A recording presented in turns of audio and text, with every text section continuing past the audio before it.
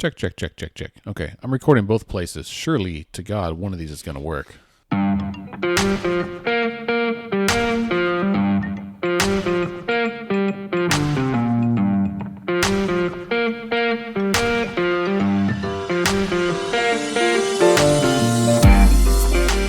Hey, everybody, and welcome to Let's Pod This. Scott, look at that new music. What's up, man? We're excited about this. I'm like sitting I'm grooving over here. You are. I love it. I've never seen you. I have seen you dance before. I take that back. It was very exciting. Well, it's a new year, new music, same two dudes on the mic. That's right, man. That's right. We are officially back here in. I guess it's not spring. It's not spring 2020 yet, is it? Still winter. Yeah, still winter. But we'll get there. It's a nice day though today. It is not bad today. Yeah, it's chilly. I'll take it. There's a nip in the air, but blue skies. But you don't. It's not. It doesn't require a jacket. I agree. Yeah. All right. So this is going to be. I guess this is our first episode of this session. Really, right? You could say it's the inaugural. I could say it's the inaugural, right? So today is January 24th. So in 2 weeks we'll have the governor's State of the State address. We'll have the kickoff of the legislative session, and so that gives us 2 weeks to start really preparing ourselves and listeners for what's about to come. And it's could be a doozy. It's gonna be a doozy. There's a lot going on. We've got it is an election year, which we're going to talk about here in a little bit. Can you believe it? I mean, it seems like it's always an election year. Like, when is it ever not an election year, right? Well, like, Scott, it was just almost 4 years ago that Let's Fix This started in an election year, in a presidential election year. That's insane. I know, and here we are. We've done more than 100 episodes of this podcast. We are preparing for the second session of the 57th legislature. We've graduated to our second version of our theme music. Our second version of theme music. We're on our second mixer. This is probably our fifth iteration of our podcast equipment. It's fancy. We're hoping it works out tonight. Well, so listeners, we want to thank you for joining us again for our 102nd episode. We are in the background. We're working on a healthcare series that we have been promising for many moons, but in the foreground, we want to prepare you as well for the upcoming session. Yeah, so we're going to go through a few things today. I think we're going to start with kind of an update of like our own little state of the state. Like, a lot has gone on in the off season, particularly here in the last couple of months. We're going to work through that. There's a lot, some legislative changes, some that were expected, some that weren't. There's a lot of stuff going on with tribal gaming, healthcare, the medical marijuana industry, and redistricting. Then we're going to talk about what to expect for the upcoming session. We're going to talk about a couple of bills, and then that'll get us kicked off, I think. I think so. And just so that everyone knows, next week we will have our 2020 Predict-o-Rama. Ooh, there was a delay there. It's so fancy. It's I'm still playing with this device, but yes, next week will be our 2020 Predict-o-Rama. So we'll have the full slate of bills that we're watching, issues we're tracking, and a website where you can go vote. Hopefully this year it'll be a little easier for me to score. It's been tedious the last couple of years. That's true. We should come up with a better prize pack. Agree. We've got T-shirts, but something cool. We gave a tote bag the first year. Last year was like T-shirts, stickers, those things. Should we just send them a pizza? No, dude, we'll come up with something good. All right. We'll think about it between now and next week. So we're really excited. Well, am I starting? Are you starting? Why don't you kick us off? Okay. So just so that everyone's on the same page, we're going to give a bunch of updates real quick. And maybe the first thing is relevant is that we've had 2 legislators resign already. So this is not as bad as it was a couple of years ago. Neither of them are going to jail that we're aware of. Neither of them are resigning in disgrace. Right. I think that's no, that's the wrong one. I meant to hit the rim shot. No. There it is. No, here it is. Neither of them are going to jail. That's a good thing. So, hey, I was going for the applause. Yeah. Well, I haven't labeled all these new buttons on this new mixer, but sorry, listeners, we'll get it together before the end of the episode. I assure you. I'll say I got it down now. So what we are looking at is Representative Shane Stone from South Oklahoma City and Senator Jason Smalley. Yep. Have both resigned. Representative Stone, he actually resigned in 2019 and then kind of revised it to be effective January 1st so that there will not be a special election because it's a House seat, thus it's up for election this year anyway. If he had resigned in 2019 and had it effective last year, they would have done a special election and then had a general election just a few months later, and that's, well, one, an unnecessary expense and a little tedious. Now, the downside is it means that his district won't have direct representation this session. And where's Representative Stone? What's he doing? Where's he going? Do we know? He said, and I have since forgotten because it's been several months. I know Senator Smalley is leaving to become a lobbyist. He will be lobbying for the Motorola Corporation. And he put out a kind of a statement why he felt like that was a good job for him to take in the work that Motorola does in terms of like security and communications with law enforcement. And he didn't mention the money, but I would assume that that's part of it as well, that his salary as Motorola's legislative, whatever the title is, whatever the fancy title for lobbyist that doesn't say lobbyist. Director of Government Affairs. Yeah. I assume that the pay will be better than what he makes sitting in the Oklahoma State Senate. We were talking with a friend of ours, and she said, it's so frustrating to see like all these legislators leave to go be lobbyists, and it's like, yeah, but they get term limited and they make more money. So this is one of the consequences that we talked about. One of the consequences of the term limit situation. Everybody thinks it's so great you can't be a career politician, but when you can't be a career politician, you turn into a career lobbyist. So, and that's where the power is consolidated, right? It is funny. I think, but Shane wasn't close to his term limit, was he?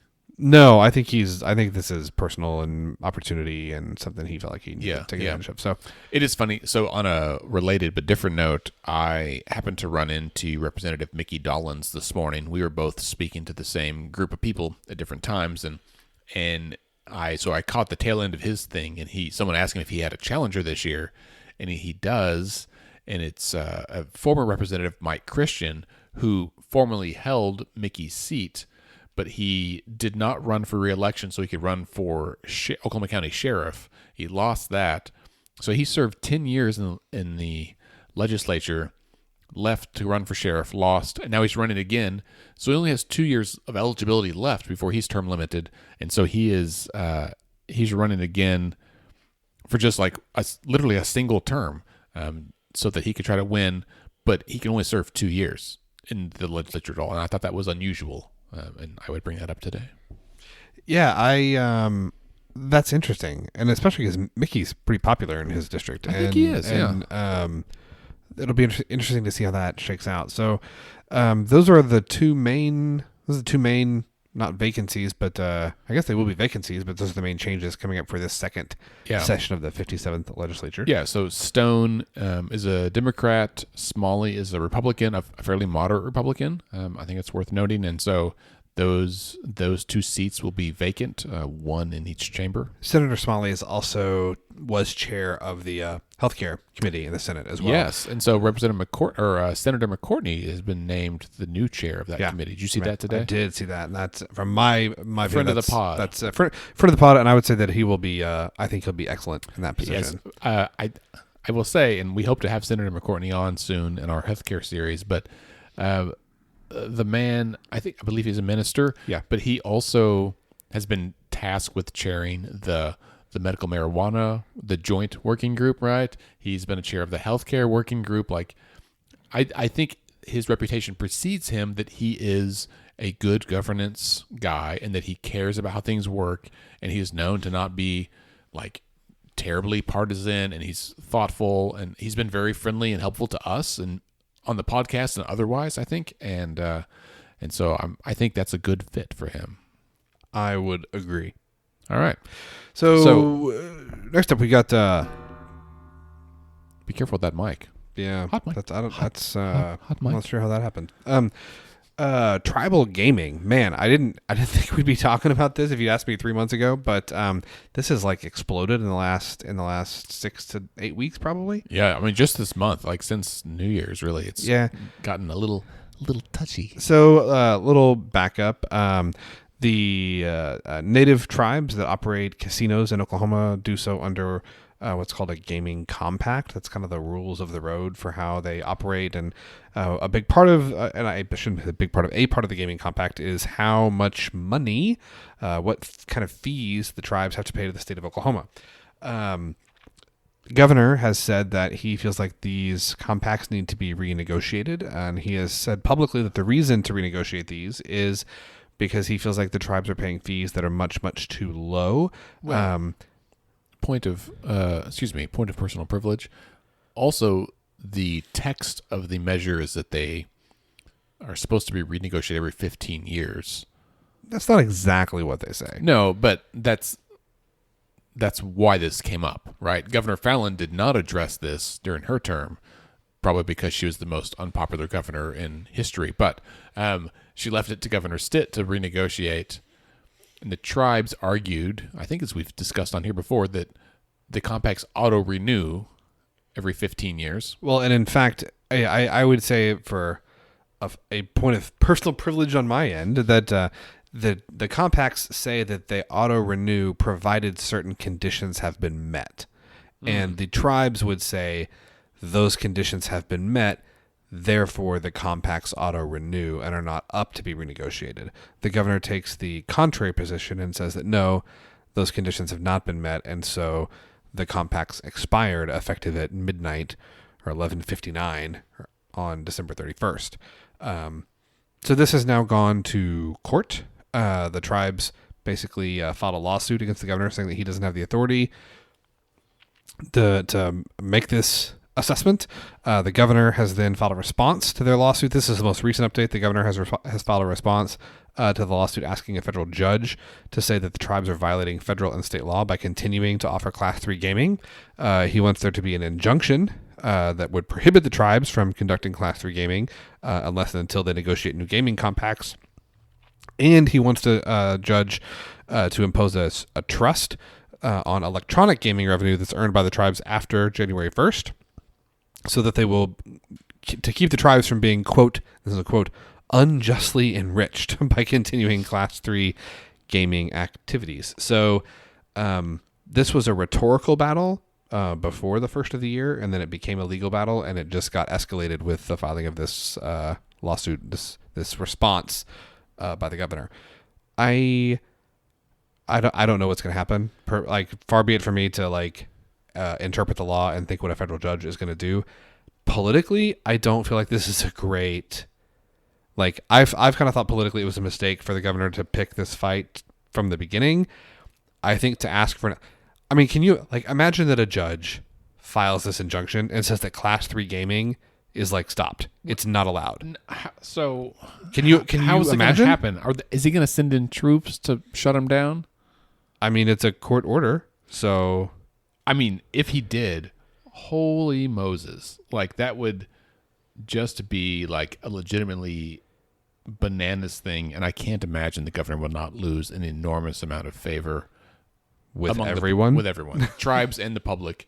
Certainly, there's some folks that might not, but by and large, it's a bad look, right? Historically, when governors have sent in troops to regulate on regular citizens, it has not gone well. Well, I don't think it'd be the governor. It's it's the judge, right? It's a federal judge that would do this injunction. Judge can't order troops. Judge can't order troops, but it would be the responsibility of the federal government to enforce the injunction, not the state government. That's okay. That's a whole different ballgame, right? I would argue that federal troops imposing but is he gonna send in the National Guard? I don't know, because otherwise it'd be state troopers. I don't know. Anyway, so are you saying if the judge orders them to stop, the tribes are just going to be no? Well, they've got two options. They can say okay and voluntarily do it, which would rile up a bunch of folks, or they could not comply and taunt. I assume that the tribes would not comply and appeal, and it would go up the chain. Is what right? That's true. I forget that the legal world is so weird. I will say, Scott, you and I have talked about this offline, and I think our listeners would care about this. It's not really been in the media, only because it's complicated. And there's one thing we do here. Let's pod this, and that's take complicated things and try to make it easier, right? We're not afraid of the weeds. We're like the Roundup for political weeds. Monsanto. That was bad, dude. It was bad. Okay, It was well, bad. I apologize to you and our listeners. So the real issue with the tribal gaming compacts is not the rate at which they pay. It's not the amount. It's not about the money, Scott. I mean, I'll play. I mean, I know what you're gonna say. I know it because we've talked about this. The real issue here is that in 2017, a court, federal court, district court, I forget. I do not know the answer to that. A higher court struck down and removed one piece of the tribal gaming compacts. It's the dispute clause. And so effectively, the entire compact remains intact except for the dispute clause. And that means that should the governor in this whole discussion, if he had ever come out and said, yes, we agree, this compact auto-renews, it would have auto-renewed in that form, which is that form minus the dispute clause, and thus it would renew in perpetuity because there's no legal mechanism for the state to file a dispute and to actually challenge and say, hey, we should renegotiate this. It would just be a green light for the tribes to go ahead. And so my hunch, and from what I've heard through the grapevine, is that the governor doesn't really care about the rate. I think both the tribes and the governor understand that they'd probably pay a higher rate, and that's fine. But it's not about the money. It's about the fact that if he gives in now, it's a green light possibly forever for them to pay the current rate and never have it renegotiated never initiated by the state, right?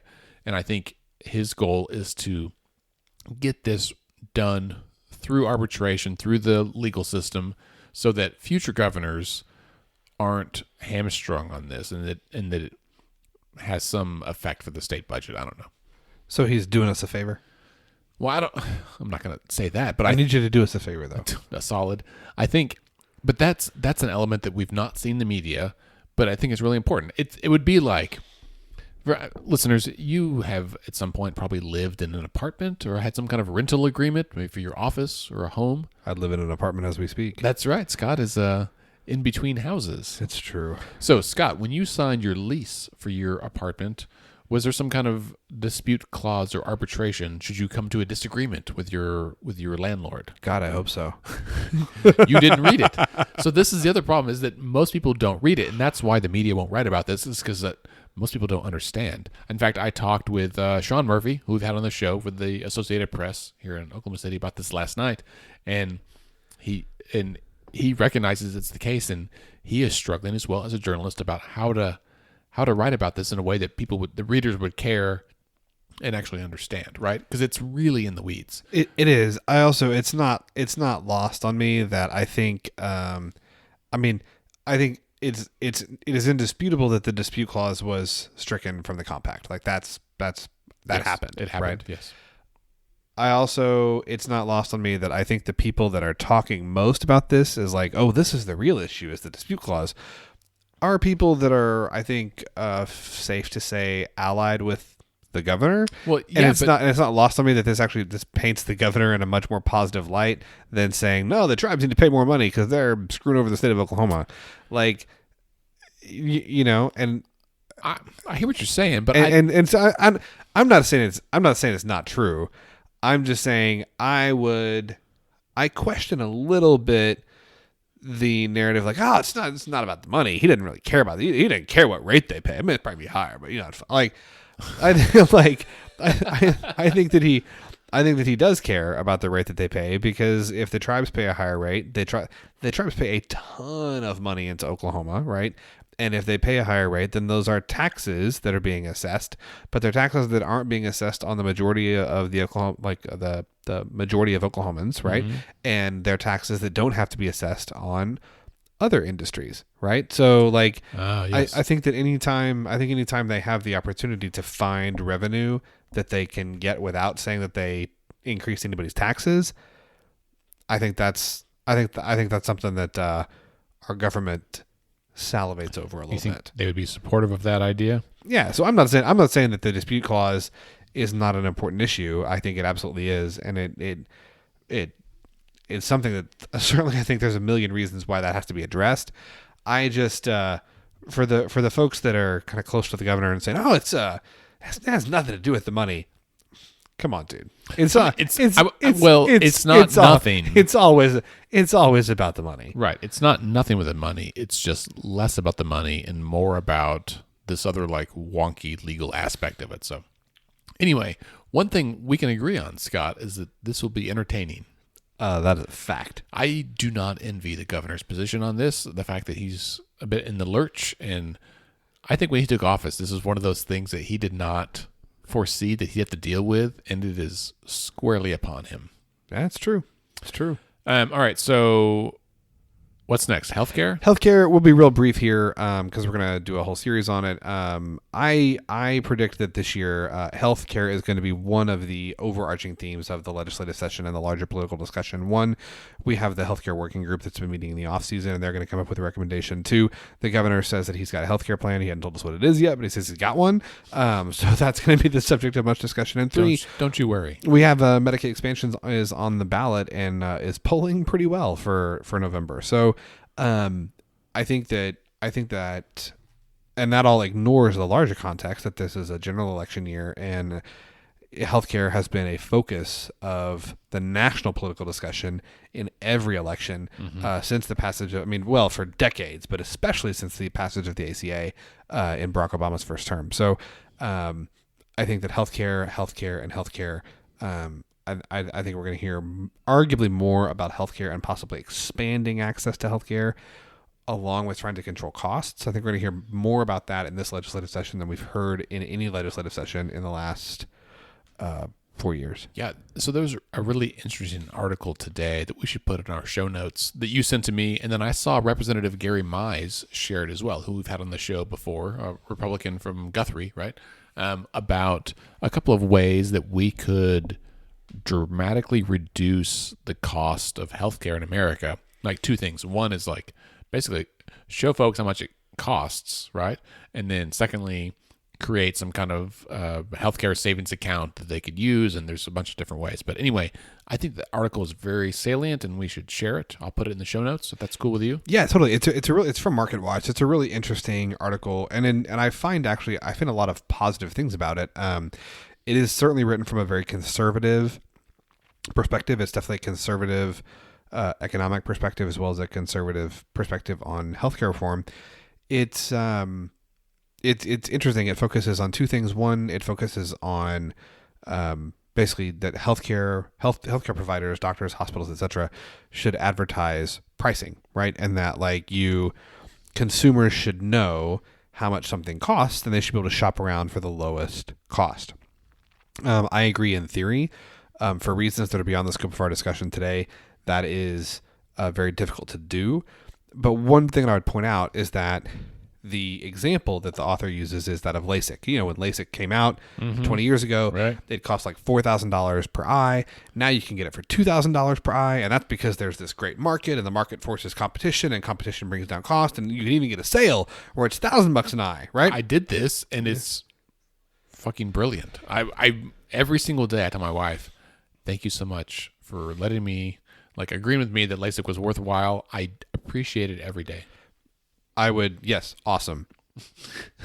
I will even stipulate that market forces are part of the reason that LASIK is so much cheaper. Yeah. I would also argue that part of the reason LASIK is so much cheaper now is because of improvements in technology and processes, not just market forces. Sure. However, I would also throw out there that example has nothing to do with when you're having a heart attack. And it has nothing to do with when you need bypass surgery. It has nothing to do with when you're in a car accident or when you accidentally got shot or, right? When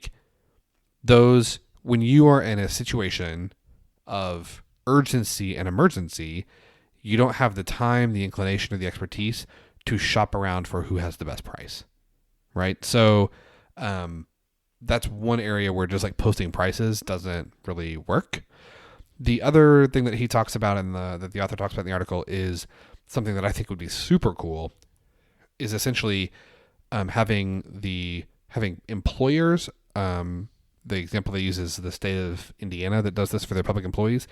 Having employers fund HSAs, having employers fund health savings accounts that employees or consumers can then use to meet their deductible for insurance.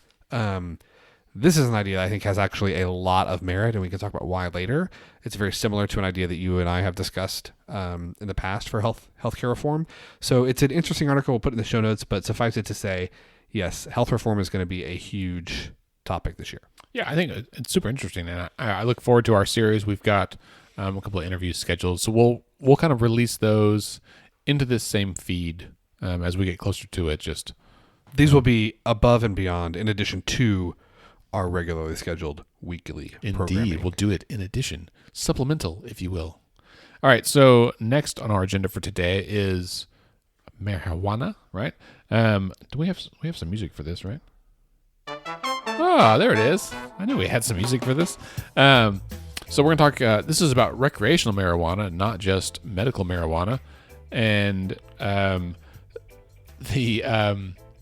so there's been 2 state questions filed about this. Well, technically 3, right? So state question 806 filed, and then they rescinded it like literally a day or 2 later, refiled as state question 807. It is headed up by Ryan Kiesel of the ACLU. And then a guy named Paul Tay up in Tulsa, who's a little infamous up in that part of the state, at least. He's run for mayor a number of times. He's a real character. He filed state question 808. And when they filed 806 initially, they came at odds with the medical marijuana community. Really vehemently opposed. And so they rescinded, changed a few things, refiled, and then now they've got it out there as 807. Paul Tay has challenged it, challenged the filing, which is not uncommon with state questions. What's uncommon about this is that Paul Tay is currently in prison, or maybe jail. He's incarcerated, regardless. And so he wrote the format and everything from his cell and challenged it in court. I don't know the rules, if he's allowed to attend that hearing as well. But regardless, 807. So the bill that arguably has a better chance of getting there for recreational marijuana, that is backed by Ryan Kiesel from the ACLU and some others, will be out there. So they've got a challenge coming up. And then 808, which was filed by Paul Tay himself, I think while he was already incarcerated, to my knowledge, has not received a challenge, and to that end will proceed on to signature collection. However, he's incarcerated and will not be able to organize around signature collection.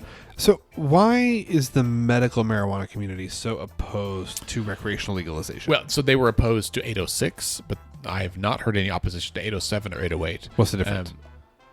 I should know this better before we talk about it, but I think my understanding is that they want some carve outs and caveats to say that to protect the medical community, and ensure that there's some difference in saying that there are people who need this for medical reasons and their rights shall not be infringed by the folks who want this for just purely recreational reasons.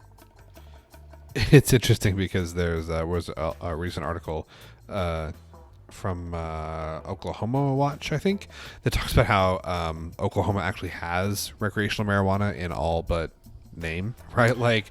Our medical law is so loose, it's functionally recreational, right? You have to pay the $100 or $200 or whatever it is that these doctors charge for you to get your license. But I have yet to find someone who applied for a medical card It was denied. and didn't get one. No, I have so many friends. Yeah. It makes me, I almost feel left out having not done it, but I don't feel justified in finding a medical reason. I also don't take any other medications, and I don't even take my vitamins regularly, so I feel I don't really need it. You don't need your vitamin M? What's that? You don't need your vitamin M? What is that? Marijuana, dude. Oh, no, I don't. I was I enjoy bourbon. That's a man needs a vice, but one is fine.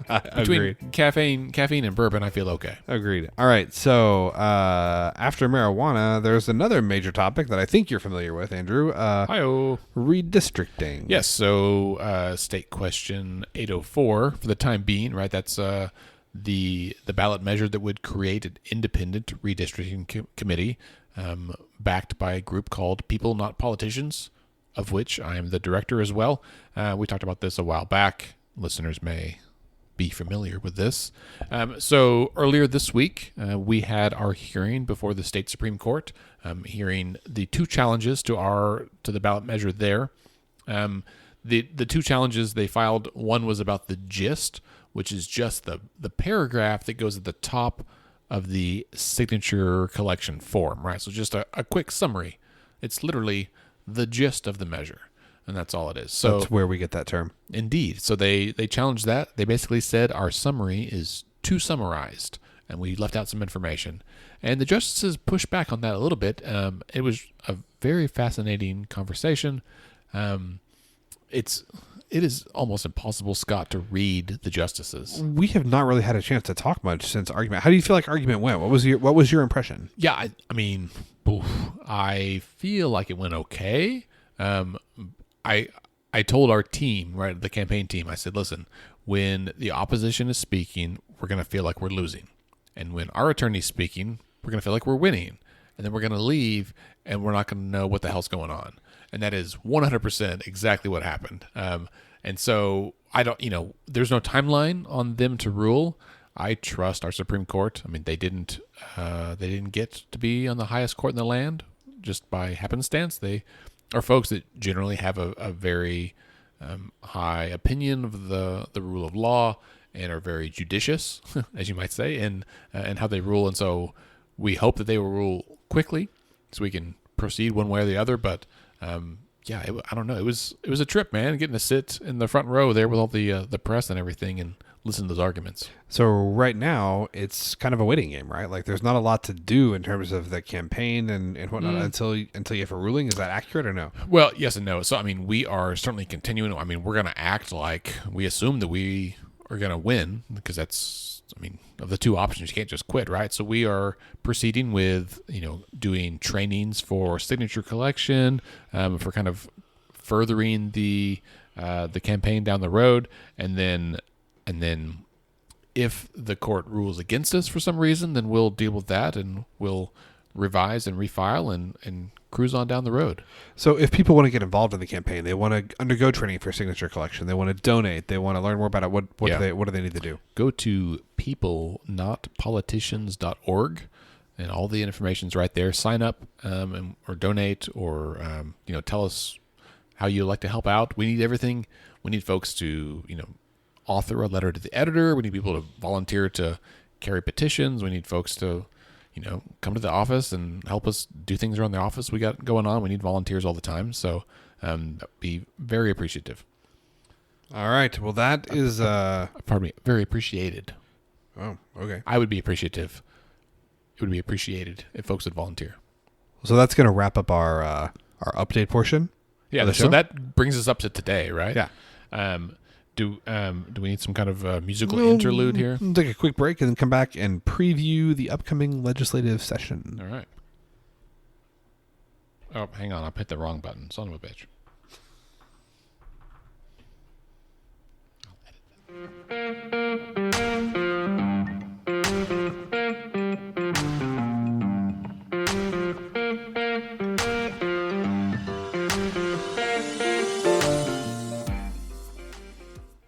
All right, we're back. And so the next segment we're going to do is how is 2020 going to be different? So this is Governor Stitt's second year in office? Yeah, and we were talking about previewing the legislative session, and I was trying to think of like what are like the themes, what are things that I'm going to be looking at as I'm watching Oklahoma politics over the next 4 months. And honestly, like this, I'm not like this isn't the Matrix. I'm not the Oracle. Like I don't have a crystal ball. But one of the things that's really interesting to me is how is this year going to be different for the governor, and particularly the relationship between the governor and the legislature than it was last year. So last year, Governor Stitt was freshly inaugurated. He had some very specific goals and ideas, and I feel like, and I don't mean to say this. This is not a judgmental statement, but I feel like the legislature last year largely did exactly what he asked them to, right? Yeah. Like he said, I want authority to hire and fire state agency heads. And they said, okay. He said, I want to put 200 billion in savings. And they said, okay. He said, I want to give a raise to teachers. And they said, okay. Like they kind of did what all the stuff that he said he wanted to do to make us, top 10, right? Hashtag top 10. I think, I want to be clear here. I don't think that they're like the majority party is like in revolt against the governor en masse, but I also think the relationship is a little bit more rocky now than it was a year ago. Like the tribes are a very powerful political and cultural influence in Oklahoma. Mm-hmm. You may not see that as much living in Oklahoma City, but in rural Oklahoma, the tribes are a big deal, right? They have a lot of money, they have a lot of influence, and rightly so. And they're pissed, right? Like the tribes are not real happy with the governor at the moment, and I don't know what that does to increase or decrease his effectiveness as he works with the legislature. So that's the first thing. The second thing is, I just want to make clear that I said this. I said it on the show. We'll go back and find the freaking audio if that's what it takes. But when Governor Stitt said he wanted to appoint agency heads, I said, and you said, and other people said, part of the reason, because the governor freaking admitted it, is that he wanted to be able to tell agency heads they are not allowed to ask for more than X dollars when it comes to their budget, right? Agency heads in Oklahoma have traditionally used the budget, at least recently, as a political document to show what the needs of their agency are, even when they know they're not going to get it, right? Commissioner Albaugh from the Department of Corrections last year asked for like a $2 billion budget increase, right? Like everyone, most of all him, knew that was never going to happen, but he did it as a way to say, if we were really running this department the way I think we should run it, these are the resources that it would take. Like this is the extent to which we're underfunding this agency. And the governor said at the time, I don't think they should be allowed to do that. Right. He doesn't want agency heads to be able to use the budget as a way to communicate to the legislature and to the public at large, here's how much we're underfunding. So for instance, a great example is the director of the Department of Health, who the governor was the commissioner or director. It's commissioner, right? I don't remember. Yeah, but sure. The boss man, the boss person of the Department of Health. Isn't it the guy from City County now? Yes. Gary something? Yeah. So he put out his budget request to the legislature and asked for like 5% less than what they'd gotten the year before. And several members of the legislature were rightly like, what? Like, how can that can't be right?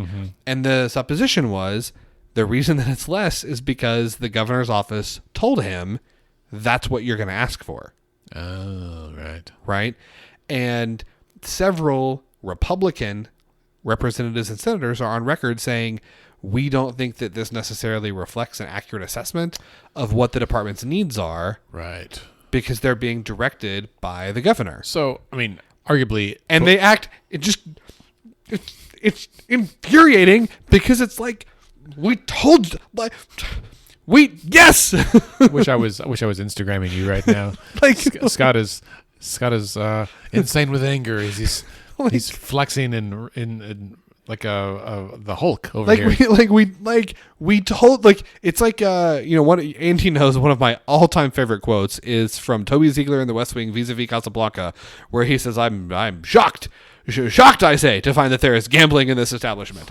Right? Like, are you stunned? Like, the governor said that that's one of the reasons that he wanted the authority to hire and fire agency directors, is so that he can tell them that they're not allowed to put out accurate budget requests if those budget requests ask for a lot more money. More than he expects, right? Yeah. That's so, I mean, legitimately, I think, Scott, it's a tough deal, right? So there's two things. I think one is that Raskop, Gary Raskop, is that his name? I believe that's correct. So the Department of Health, if he asks for 5% less than what he needed, legislators say, oh, well, that doesn't reflect accurately the needs of the department.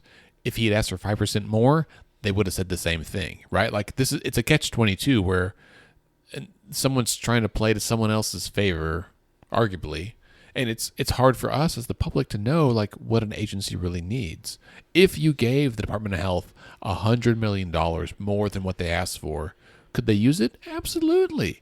Like our state is lowest in a ton of health measures, and I would believe that they could put it to good use, right? They're not just going to give raises across the board. They're going to actually have money to implement programs to target, I don't know, teen pregnancy, maternal mortality, right? Like we're like one of the highest. My wife is pregnant, and so this is top of mind for me that our state is one of the highest states for the number of women who die during labor.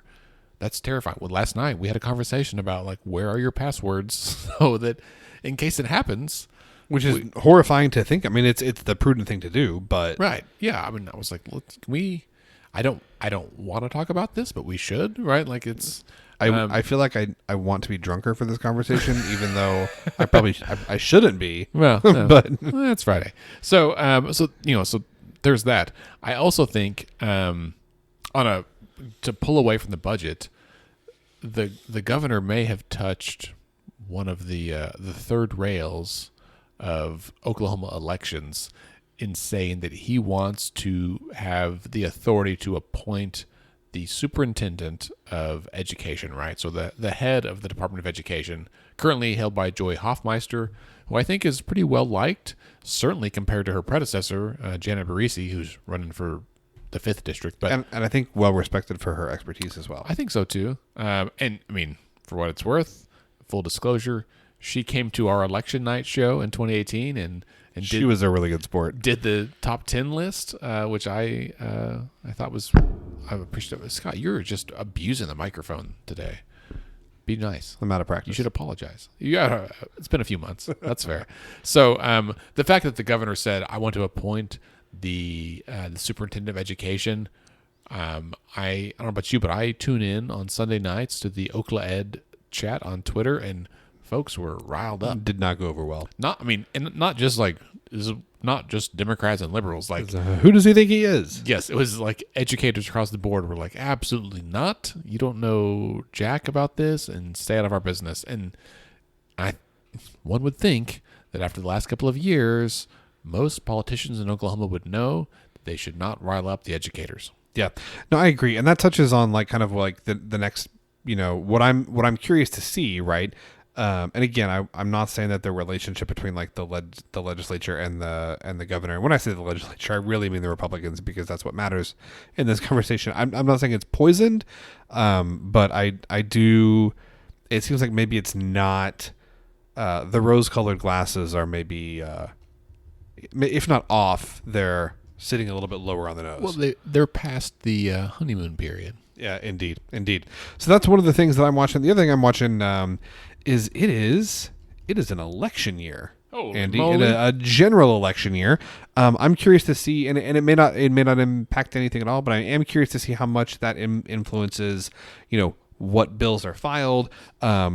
How the votes are taken, how much posturing there is. Do we see legislators that are in competitive races? Do they try, if they're Republicans, are they cozying up to the president? If they're Democrats, are they cozying up to the Democratic nominee? Yeah. Does this increase or decrease the number of nonsense bills that we see filed? 100% more nonsense. But then the last but I'm curious, and this could have, the ramifications that this could have are tough to foresee. What in God's name is Senator Inhofe going to do? Yeah. Right. So he has not filed for re-election yet, right? When's the deadline? I don't even know, but I'm as far as I'm aware, he hasn't done it yet. He has said that he will continue to serve in office as long as he can fly his plane upside down. If you read the FAA incident reports, he can't really fly it upside down now. So well, and so I heard the other night that there's a report that he had flown upside down like past the airport, like past the control tower in Muskogee or McAllister or somewhere, and they were like, "Whoa, that's illegal." But what are they going to do? Like, they didn't want to poke the bear. Well, I have some theories about why the senator hasn't declared or filed for re-election yet. Please share. Okay. And I want to be real clear. Before you do, can I just chime in? April 10th okay. is the filing deadline for primary candidates. Okay. So he's got roughly 3.5 months before he has to declare. So here's my theory, and I want to be crystal clear. This is a theory. I have no inside information. I don't know anybody. That's not true. I know one person who works for Inhofe, but I've not talked to him about this at all. And so this is coming out of my head. Let's say that you are a United States senator, and let's say that maybe you're done. You're through. You're going to retire. Your service is up. But let's say that you're from a very strong Republican state, and the minute you say that you're retiring, it is going to be a bloodbath in the primary to figure out who's going to replace you. And let's say you also know that you have a protege, and a student, and also tons of money in the bank. Yes, and you have kind of a thought in your head of who you would like to see replace you, and you know that as long as that person gets the nomination, they'll win because of how strongly conservative the state is. Well, what you might do in that circumstance, what you could do, is you could say, I'm going to keep serving the state of Oklahoma until I can fly my plane upside down and yada, yada, and be really coy and not actually say what you're going to do. And then at 1 o'clock in the afternoon on filing deadline, which is April, what did we say, 10th? Something like that, yeah. Yeah, on the filing deadline in April, about 2 hours before the office closes, you could say, Shazam! I'm actually, I am not going to file. I'm not running for re-election. And if you have in advance told your hand-picked successor that that's what you're going to do, they can be ready to file their paperwork to run in the primary immediately, and no one else will have a chance. Well, so we've already had a couple of Democratic challengers, right? Most notably, Abby Broyles, who's the former journalist, then went to law school. She has announced and has been running her campaign for several weeks or months now. Right. So she's but running. I'd be clear. I'm only talking about the Republicans. Right. I am saying that I think at least possibly the reason that Senator Inhofe has not said whether he's running for re-election or not is because he knows that he's not going to. He has someone that he wants to see take his place. He feels confident that they'll win the general election as long as they get out of the primary. And he is going to delay his announcement as long as possible so that person will be the only person in the primary, or maybe one or two, because no one is going to challenge Jim Inhofe for the nomination, right? So can we talk about who you think it might be? I have theories, but they make me upset. I mean, so it's a Republican. Do you think who do I think it might be? Who do I think it could be? Scott Pruitt. Pruitt watch. Oh my gosh, can you imagine? We'd get to use his music all the time. I mean, again, how exciting would that be? So I have no inside information. So but Pruitt's one. What about Greg Treat from the state senate? Absolutely a possibility. What about one of Oklahoma's congressmen, like Frank Lucas or Tom Cole? Do you think they would try to go up, or is their position in the House high enough that they would not try to go for the Senate? For Representative Lucas, Congressman Lucas, maybe. For Congressman Cole, I don't think so. Congressman Cole is, I want to say, the third or fourth ranking member of the whole GOP conference in the House. I mean, he's been there for a long time. He has a ton of seniority. I don't know that you give that up to go be the junior senator from Oklahoma. So what about someone lower in the rank and file? What about like Mark Wayne Mullen? He's an interesting. I mean, maybe. Hey, I will just say on a note to kind of bleed over back into anti-gerrymandering and redistricting. Back in early January or late December, Mark Wayne Mullen had a town hall meeting in Oklahoma where he said that the most secure job in America is a congressman or congressperson who has a gerrymandered district, and that is not okay. Like, I don't remember the exact quote, but I was like, "Oh my gosh, he's with us." You should put that on your ads. He didn't. Well, and I mean, beyond him, like, I was thinking President Ronald Reagan, Bob Dole, John McCain, John Kasich, Governor Frank Keating. There's a long list of Republicans who are vehemently opposed, or were during their lifetime, to gerrymandering, partisan gerrymandering, and urge the Supreme Court to end it. Many of them, sadly, have passed away before they get to see it happen, but we're going to make it happen. All that to say, I mean, I could be totally wrong. Is Senator Inhofe going to file for re-election next week? And if he does, then that's fine. But at most, he's got one term left, right? I mean, that's 6 years. I mean, is he what, 86, 84? I'm Googling. But he's one of the senior members of the Senate, in both stature and years, age. 85. So he's 85. I was close. So yeah, I would think probably one term. Although I want to say Strom Thurmond served until like 91. Ooh, that dude he was up there. He was like an episode of The Mummy. Yes. He was a Dixiecrat. He was a Dixiecrat. He's I think he conducted one of the longest filibusters in Senate history against the Civil Rights Act. Yes. But that's another to repeat, against the Civil Rights Act. It's another conversation that hurts a little bit. I see what you did there. But the reason that I say that this is something I'm watching is because if this is what happens, if this is kind of the game that the senator is playing in terms of his reelection, that would, I think, cause. I mean, I don't know. I'm not involved in the inner machinations of GOP politics in Oklahoma. I can tell you that this happened recently, and I think it was either North Carolina or South Carolina. There was a GOP representative who resigned or declined to file for re-election until the very last minute. Mm-hmm. And lo and behold, shockingly, like the minute that he said he wasn't going to run for re-election, his chief of staff filed to run in his place. Surprise! And it was like there was no coordination here. We didn't. Shazam. We never talked about this. And the party was pissed because it's like, you don't get to pick who your successor is. Like, we get to vote on who we want to take your place. This is a safe seat, so the party should get to decide. You shouldn't get to decide. I think this is no disrespect to Abby Broyles. I think she's running a great campaign, and I fight the good fight. But I think it's reasonable to think that Senator Inhofe's seat is pretty solidly in the Republican column, and so if he's being coy to try and make sure that he has outsized influence in terms of who his successor is, particularly for a variety of reasons.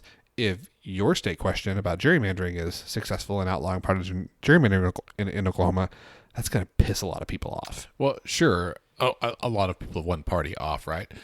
Well, and I mean, I guess arguably a lot of politicians, and that's okay. But senators they're not subject to gerrymandering. Like, they represent the whole state. Yes, but I'm thinking of a couple of folks in particular who maybe want to run for heavily gerrymandered districts, who have aspirations of higher office, who wouldn't be able to, and would see a Senate seat as their next best opportunity. Sure. Hey, I mean, who among us would not accept a U.S. Senate seat if it was given to us by a sitting senator? I think being a U.S. senator sounds like one of the greatest jobs in the world.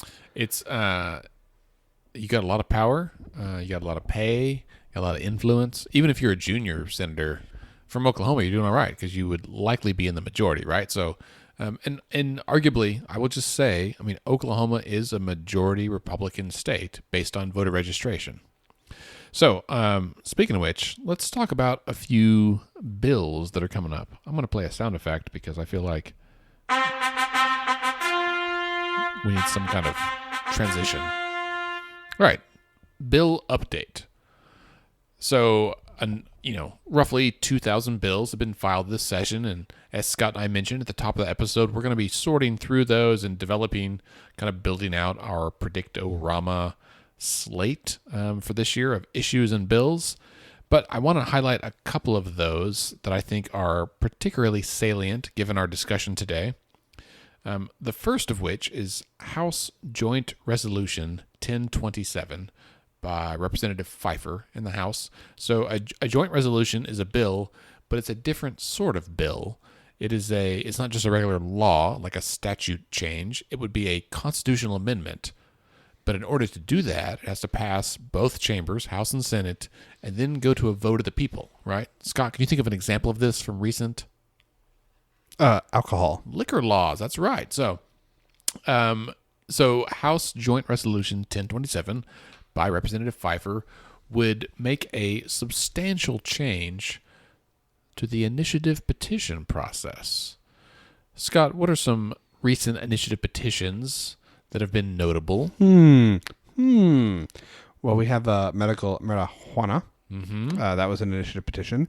We have your redistricting. That's an initiative petition. Indeed. We've got Medicaid expansion. That's an initiative petition. Yes. We have what else we have? Criminal justice criminal reform. ju- yeah, that's 780, true. 781. That's true. Yep.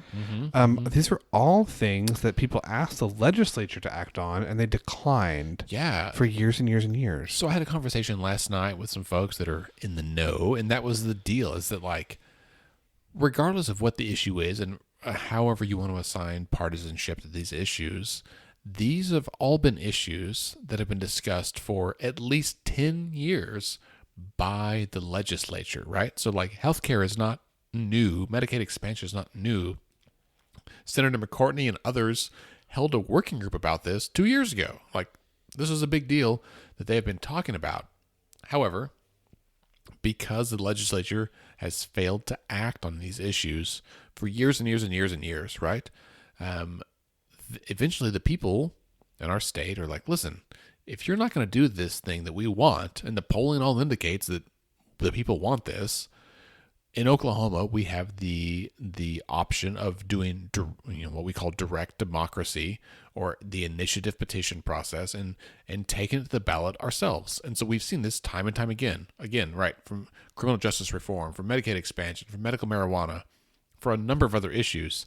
And every year there's, 5 to 8 state questions that are examples of the people taking issues to the ballot because the legislature refuses to do the people's bidding. We do use the initiative petition process a lot. And for a couple of reasons, right? Like, one is that the Oklahoma state constitution is very long and has tentacles and lots of issues, so you have to amend it in some cases. But we are there's just a number of things that if the legislature won't act, then it's up to the people. So anyway, HJR 1027 by Representative Pfeiffer would make that infinitely more difficult. And Scott, you and I started talking about this before we started recording, and I told you I would not tell you about it until right now because I wanted your raw and unedited response, right? I'm listening. I see you texting over there. You got to listen to this part.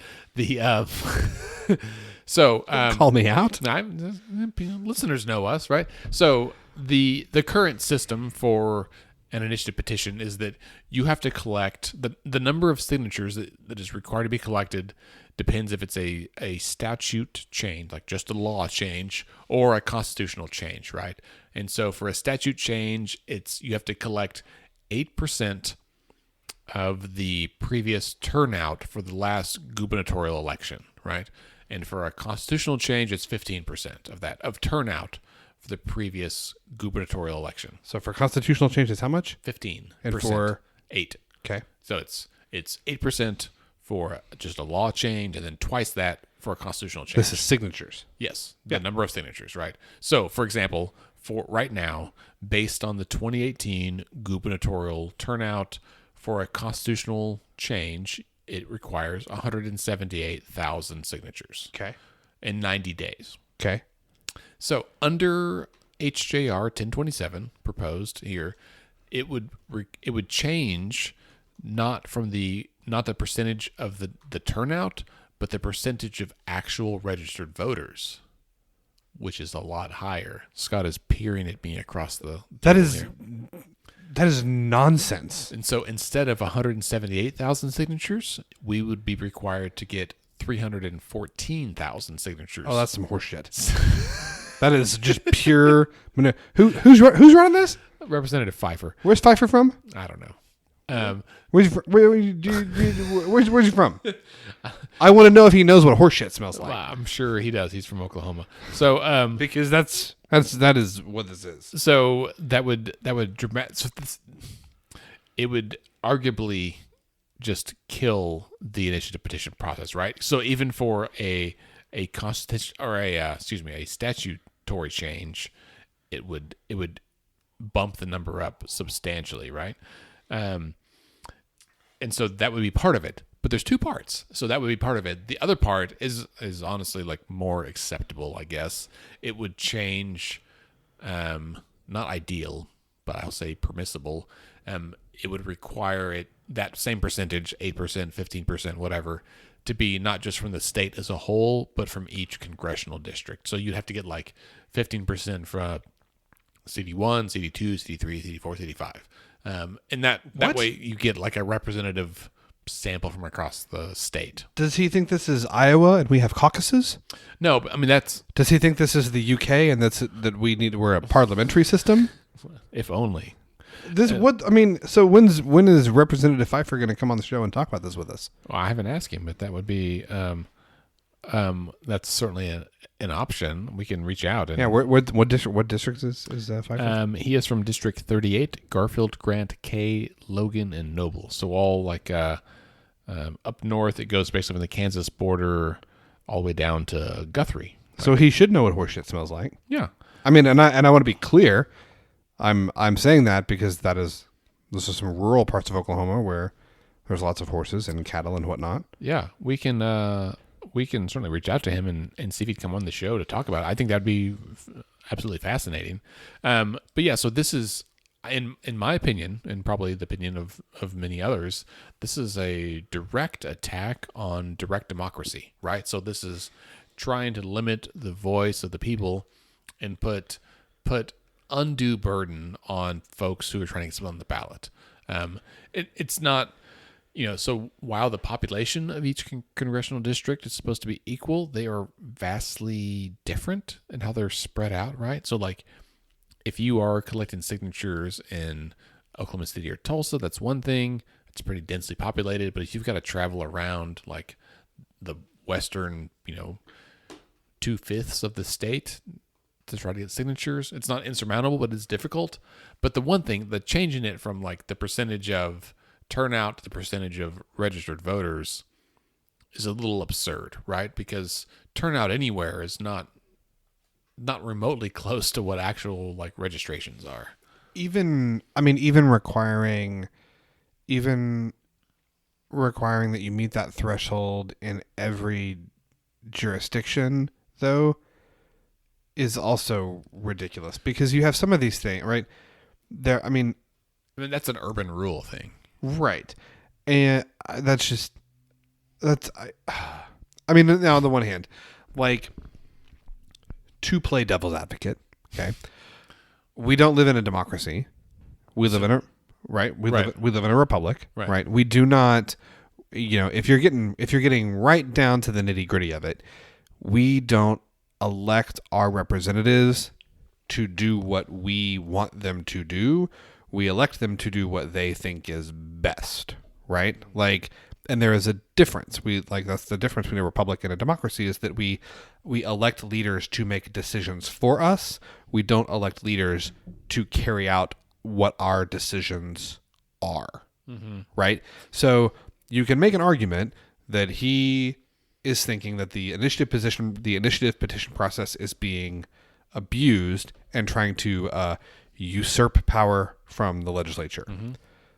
I would say two things to that. One, the legislature has power only because it's given to them by the people. So True. It's ultimately our power to begin with, not theirs, and we can revoke it whenever the F we want to.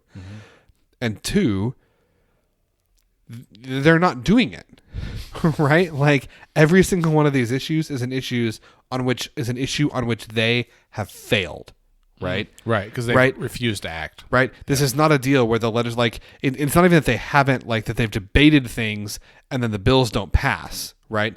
It's that they don't even do it. It's that they're too, dare I say, someone's going to play this back to me one day, they're too cowardly to take the vote. Oh.